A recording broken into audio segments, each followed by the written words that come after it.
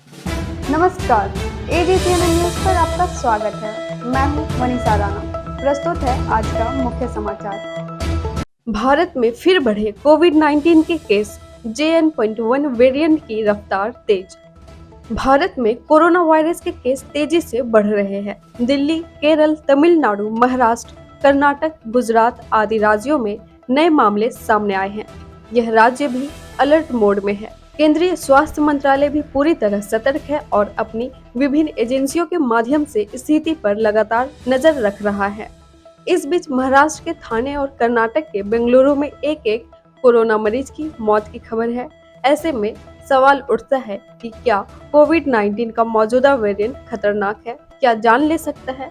आइए जानते हैं तमाम सवालों के जवाब। भारत में अभी सबसे आम वेरिएंट JN.1 बना हुआ है। अभी इसी के केस ज्यादा हैं। जांच किए गए नमूनों में 53% मामले JN.1 के हैं। इसके बाद 26% मामले BA.2 और अन्य 20% ओमिक्रॉन सबलाइनेज के हैं। इसके अलावा इंडियन SARS-CoV-2 जोमिक्स कंसोर्शियम INSA-CoG के आंकड़ों के अनुसार भारत के कोविड-19 के नए उभरते वेरिएंट NB.1.8.1 का एक मामला और LF.7 के 4 मामले सामने आए हैं। कोविड का JN.1 वेरिएंट जानलेवा तो नहीं है, लेकिन तेजी से फैलने वाला जरूर है। दिल्ली में डॉक्टर्स ने लोगों को कोविड-19 के JN.1 वेरिएंट से न घबराने की सलाह दी है और कहा है कि यह वेरिएंट गंभीर नहीं है। ज्यादातर मरीजों में हल्के लक्षण ही है।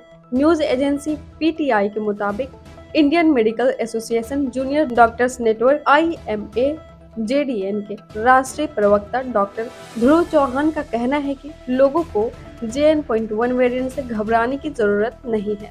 यह कोई जानलेवा वेरिएंट नहीं है। हाथ साफ रखना और अस्पताल या भीड़ भाड़ वाली जगहों पर मास्क पहनना, लोगों के बीच छींकने में स्वच्छता का पालन करना हमेशा बेहतर होता है। लक्षणों की जांच डॉक्टर से करवाना भी महत्वपूर्ण है। वहीं सर गंगा राम अस्पताल के डॉक्टर अविरल माथुर के मुताबिक यह वेरिएंट बहुत संक्रामक है, हालांकि लक्षण ज्यादातर हल्के ही रहते हैं। NB.1.8.1 का और LF.7 वेरिएंट की बात करें तो मई 2025 तक की स्थिति के अनुसार विश्व स्वास्थ्य संगठन WHO ने LF.7 और NB.1.8.1 सब वेरिएंट को निगरानी में रखे जाने वाले वेरिएंट के तौर पर क्लासिफाई किया हुआ है, न कि चिंताजनक वेरिएंट के रूप में। लेकिन ये वे वेरिएंट है जिनकी वजह से चीन और एशिया के कुछ हिस्सों में कोविड के मामलों में कथित तौर पर वृद्धि हो रही है। भले ही WHO के शुरुआती जोखिम आकलन में NB.1.8.1 को वैश्विक स्तर पर कम सार्वजनिक स्वास्थ्य जोखिम वाला माना गया है, लेकिन इसके स्पाइक प्रोटीन म्यूटेशंस जैसे A4355, W445H और T4781 कोविड के अन्य वेरिएंट की तुलना में अधिक संक्रामकता और इम्यूनिटी को अधिक नुकसान का संकेत देते हैं। महाराष्ट्र में ठाणे में जिस कोविड मरीज की मौत हुई है वह 21 वर्ष का था और गंभीर डायबिटीज से पीड़ित था। रिपोर्ट के मुताबिक उसकी अन्य बीमारियों के कारण मौत हो गई। डायबिटीज संबंधी जटिलताओं के कारण उसे गुरुवार को हॉस्पिटल में भर्ती कराया गया था और शुक्रवार रात को उसके कोविड-19 से इन्फेक्टेड होने की पुष्टि हुई और शनिवार को उसकी मौत हो गई। वहीं कर्नाटक की राजधानी बेंगलुरु में 84 वर्षीय व्यक्ति की मौत हुई है। वह भी गंभीर बीमारियों से ग्रस्त था।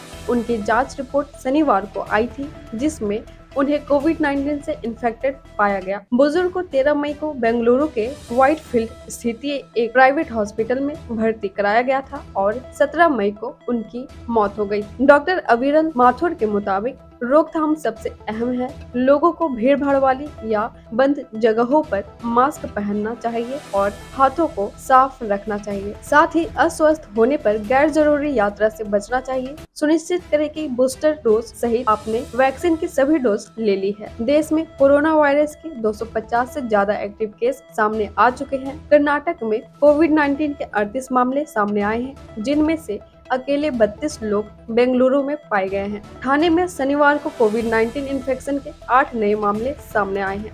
शहर में कोविड-19 के 18 मरीजों का इलाज अभी चल रहा है। मुंबई में मई में कोविड-19 के अब तक 95 मामले सामने आए हैं, जिनमें से 16 लोगों के अस्पताल में भर्ती होने की रिपोर्ट है। उत्तर प्रदेश के नोएडा में 1 केस, गाजियाबाद में 4 केस निकले हैं। राष्ट्रीय राजधानी दिल्ली में कोविड-19 के 23 मामले सामने आए हैं। उत्तराखंड के ऋषिकेश में कोरोना वायरस के 2 नए केस मिले हैं, जिनमें से एक गुजरात का यात्री है और अपने घर वापस चला गया है। हरियाणा में वर्तमान में कोविड-19 के 4 मामले सामने आए हैं, जिनमें से 2 गुरुग्राम और 2 फरीदाबाद से हैं। मई में केरल में कोविड-19 के 273 मामले सामने आए हैं। आंध्र प्रदेश में कोविड-19 के 4 नए मामले सामने आए हैं, 3 विशाखापट्टनम में और 1 रायलसीमा क्षेत्र में है। गुजरात में लंबे अंतराल के बाद इस वायरस के 15 नए मामले सामने आए हैं, जिनमें से 13 मामले अहमदाबाद से, 1 राजकोट से और 1 अहमदाबाद ग्रामीण से है।